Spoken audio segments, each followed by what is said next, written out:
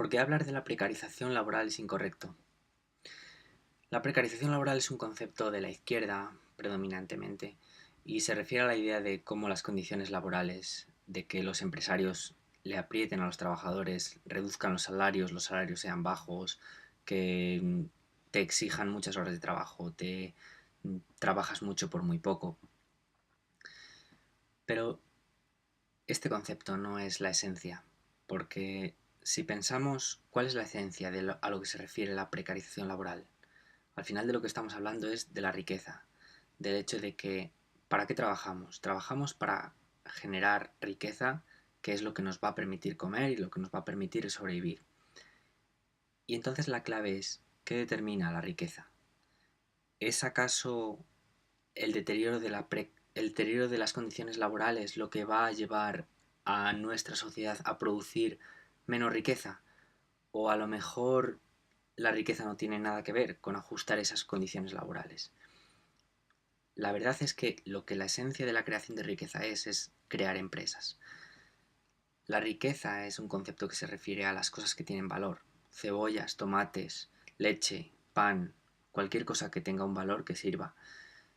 Y cuando no, lo que crea estos productos es que la gente trabaja, que la gente se pone a trabajar en ellos, pero no solo en eso. Hay un concepto esencial que es la teoría subjetiva del valor, que es la respuesta a qué es lo que da valor a las cosas. Es decir, si yo me pongo ¿por qué si yo me pongo a recoger piedras en el bosque y las vendo en el mercado, por qué no tienen valor como si lo tienen los ajos o como si lo tienen los tomates? Pues las piedras, ¿para qué sirve una piedra? Para hacer una casa, para fabricarla. Entonces, el valor tiene un valor específico, que lo medimos por los precios y el proceso de mercado, es lo que permite que emerjan los precios. Y entonces ese valor puede ser especificado. ¿Y qué es lo que nos permite identificar la diferencia de valor entre las cosas? Pues que la gente compra y vende sus productos. Entonces la gente quiere mucho ajo, el precio del ajo sube. La gente necesita servicios sanitarios, médicos, pues entonces los médicos tienen salario alto. Y si hay mucha gente que no quiere estudiar medicina porque es complicado, porque puede ser un rollo, porque les cuesta mucho, porque no se tienen las cualidades cognitivas para ello, pues ese ser medicina significa que va a haber pocos médicos y por lo tanto el salario de los médicos va a ser más alto. Uno de los factores clave que hace los salarios es la oferta y la demanda. Dentro de esa ecuación, otro factor es la apreciación subjetiva del valor. Si los médicos lo que hicieran, el fruto de su trabajo, fuera algo que no es tan demandado, que no tiene tanta importancia, que curar enfermedades no fuera tan importante, entonces no tendrían salarios tan altos. Pero como es algo importante, es algo necesario, todo el mundo lo necesita, todo el mundo necesita médicos, es algo que los salarios van a ir al alza. La pregunta esencial es, ¿qué crea la riqueza? Lo que crea la riqueza son tres conceptos, tres factores. Es tener ideas, tener conocimientos de qué crear, qué cosas hacer. Porque ahora, por ejemplo, en nuestra sociedad avanzada ya hay tomates, ajos, leche, pan, hay sobaos, hay magdalenas, gente que hace coches, gente de ingenieros que hace puentes, hay administradores, contables, economistas, analistas, hay periodistas, hay todo tipo de personas. Entonces, la clave es cómo una persona puede encontrar una actividad nueva en la que crear valor. Y eso es el proceso de empresarialidad, es el proceso del emprendedor de que se lanza a crear productos, los ofrece en el mercado. Ahora hay gente que se dedica a hacer manualidades, hay gente que diseña relojes y los vende en Amazon, gente que cose sudaderas, las vende. Es verdad que para algunos casos no les va a dar mucho dinero, efectivamente, porque no vas a poder competir, hacer como la abuela jerseys y competir con una gran empresa que tiene unos grandes procesos industriales bien organizados y bien sistematizados que le permite producir el mismo jersey mucho más barato. Pero en el caso, sí que hay casos de éxito de emprendedores que se han puesto a diseñar relojes o una chica que en Estados Unidos había diseñado una sudadera y consiguió las fábricas que se le iban a producir y pues se ha conseguido un dinero. Leí la historia por ahí por el Facebook. La clave esencial es, necesitamos gente que abra empresas. gente que se lance a hacer cosas. El primer factor es conocimientos, el segundo factor es el capital, tener recursos. Es decir, tú puedes tener una idea de cómo hacer algo, a lo mejor se te ocurre cómo vender bocatas que están muy ricos, pero luego necesitas la materia prima, necesitas conseguir pan todas las semanas, que te lo envíen fresco, necesitas los ingredientes, la pechuga, la lechuga o lo que sea. Y el tercer factor es la libertad. La libertad, la gente no lo sabe mucho, que la libertad como condición sociopolítica es el hecho de que se te da libertad, que no tienes regulaciones ni burocracia que te impiden crear productos y ofrecerlos en el mercado. Porque ahora es lo contrario, ahora existen tantas regulaciones que la gente se acostumbra a no emprender. Esto es lo que es matar el espíritu emprendedor y el proceso empresarial. Hace unos meses veía una noticia de una señora que el gobierno de España la había multado porque había dado unas clases en la universidad por lo que había cobrado 70 euros. Le habían pagado 70 euros por dar unas clases y el gobierno la había multado con 3.000 o 4.000 euros, o a lo mejor más, no me acuerdo. Entonces estas cosas que acaban haciendo. Es absurdo, ¿verdad? O sea, por dar unas clases no puedes multar a una persona. Es absurdo. Estas cosas acaban haciendo que la gente no tenga ese espíritu emprendedor, porque saben que si haces algo, te multan. Si haces cualquier cosa, van a ir a perseguirte. Entonces dejas de hacerlo. Esto quita que la gente se lance a montar empresas, a probar productos. ¿Por qué la libertad es la clave en que emerja la riqueza? Porque la diferencia entre cuál es el comunismo y el socialismo, la diferencia con el capitalismo, se basa en que estos comunismo y socialismo, que son sistemas autoritarios, se basa en que una autoridad, el gobernante, va a poder determinar a priori qué es lo que se necesita producir. El sistema económico, ¿qué es un sistema económico? Como el comunismo o el socialismo, contrario al capitalismo o el libre mercado. El sistema económico se basa en qué hay que producir, cómo debe de producirse, mediante qué técnicas, conocimientos, mediante qué recursos y con qué proveedores, qué personas, quién lo va a producir, qué personas van a estar intervenidas en ese proceso y quién lo va a recibir, a quién se lo vas a dar. Hay que responder a esas cuestiones. En el comunismo y el socialismo se trata de responder eso a priori, pero eso no se puede responder a priori, no puedes saber exactamente, se necesitan producir 400 zapatos, o se necesitan producir 20 zapatos del número 40 y 25 del número 42.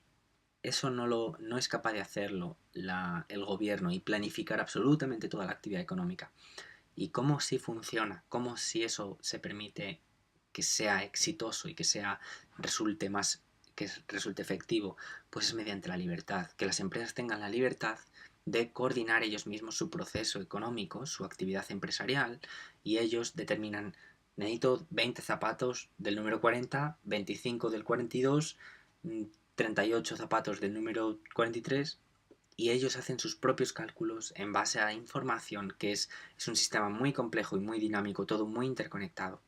Debido a esta complejidad, los sistemas como el socialismo o el comunismo fracasan porque no son capaces de, por propia realidad, es todo muy dinámico, no tenemos sistemas que nos digan exactamente esos factores y variables que influyen en cuántos zapatos se van a necesitar exactamente. Por eso la libertad es clave en el progreso, porque solo con la libertad las personas pueden lanzarse a hacer lo que más encaja a su vida, lo que más encaja a los recursos que tienen a su alcance, el capital a su alcance, los conocimientos a su alcance, lo que encaja a sus circunstancias. Puede que una persona, la autoridad le dijera, tú a ser arquitecto, pero él está cualificado para ser electricista, no arquitecto. O que la autoridad le diga, tú a trabajar en una mina, pero en su ciudad no hay minas, en su ciudad a lo mejor hay muchos medios de comunicación y él querría ser periodista. Pero la autoridad le dice, no, tú a ser minero. Entonces, ese tipo de descoordinaciones, ese tipo de no cuadrar lo que encaja a lo que, sí, a lo que encaja, es lo que se llama descoordinar el proceso económico, desajustar el proceso económico. Eso lo crea las autoridades que tratan de coordinar toda la economía en el socialismo o en el comunismo. Y en lo contrario, en el libre mercado es la libertad. La libertad es clave en el progreso. Y una vez entendemos que la libertad es la clave en el progreso, es cuando nos damos cuenta de que lo que mejor podemos hacer para que emerja mucha más riqueza y eliminar la precarización laboral es dar mucha libertad. Mucha libertad significa eliminar todas las leyes que hacen un mercado laboral rígido. Que tienes que hacer esto con el trabajador, que tienes que darle esto, esta cosa. Unas reglas simples. El trabajador tiene derecho a elegir lo que él quiere y el empresario tiene derecho a elegir lo que él quiere. En realidad todas las personas somos empresarios, todos somos personas que estamos aquí para crear valor para otros y si no y la otra persona aceptará lo que le ofrecemos. Yo voy a la casa de mi vecino y le digo, mira, te limpio las paredes de casa por 10 euros. Y él me dice, no, muy caro. Las paredes, las mesas, el suelo y también el polvo de las esquinas. Y entonces, por 10 euros. Entonces, yo lo acepto o no lo acepto. Digo, no, me está explotando. Mucho trabajo. Esquinas, polvo, paredes, demasiada explotación. Entonces, me negaría. Entonces, ese es un sistema coherente, porque es un sistema donde yo tengo la posibilidad de negarme o la posibilidad de aceptar su trato. Y él lo mismo. Él tiene el derecho a aceptar lo que yo le ofrezco y tiene el derecho a negarse a lo que yo le ofrezco. Y así, de esta manera, las relaciones son coherentes. Este sería un sistema político que define las relaciones y los derechos de cada persona de una manera coherente, igualitaria. Igualitaria ante este derecho a la vida, que cada uno tenga la libertad para elegir, no el derecho a recibir algo que es proveído por otra persona, lo cual implicaría su esclavitud. De esta manera se daría libertad y con esta libertad es como de verdad se surgiría mucha riqueza. ¿Qué pasaría? Por ejemplo, sin salario mínimo. Pues muchos salarios caerían, pero eso presionaría a la gente a que crearan empresas, a que se movieran, a que espabilaran más, que crees empresas. Yo creé una empresa y no la saqué adelante, pues porque crear empresas es difícil, evidentemente, y, y pues perdí dinero. No fui llorando por ahí porque hubiera perdido dinero, no fui llorando de que me hubiera explotado el mercado, me ha explotado los clientes, porque mira que he trabajado un montón de horas, al final sume todas las horas, todo el dinero que me había gastado, divides uno entre otro y dices, mi salario ha sido menos 5 euros la hora. Eso es lo que significa crear una empresa.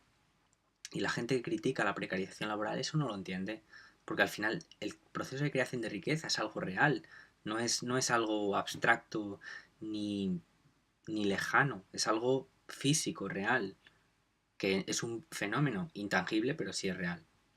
Los países que dan mucha más libertad en el mercado laboral, que crean una mejor libertad, una mejor, quitan todas las regulaciones malas y la burocracia mala, al final la riqueza surge mucho mejor.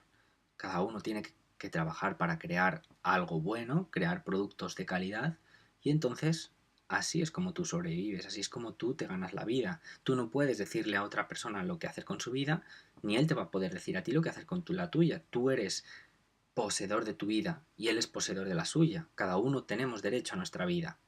Y este sistema político es coherente. Esto es porque hablar del concepto de precarización laboral no tiene sentido. Porque la clave de lo que nos importa es la riqueza. Lo que queremos es vivir bien, que todo el mundo tenga lo que se merece, ¿no?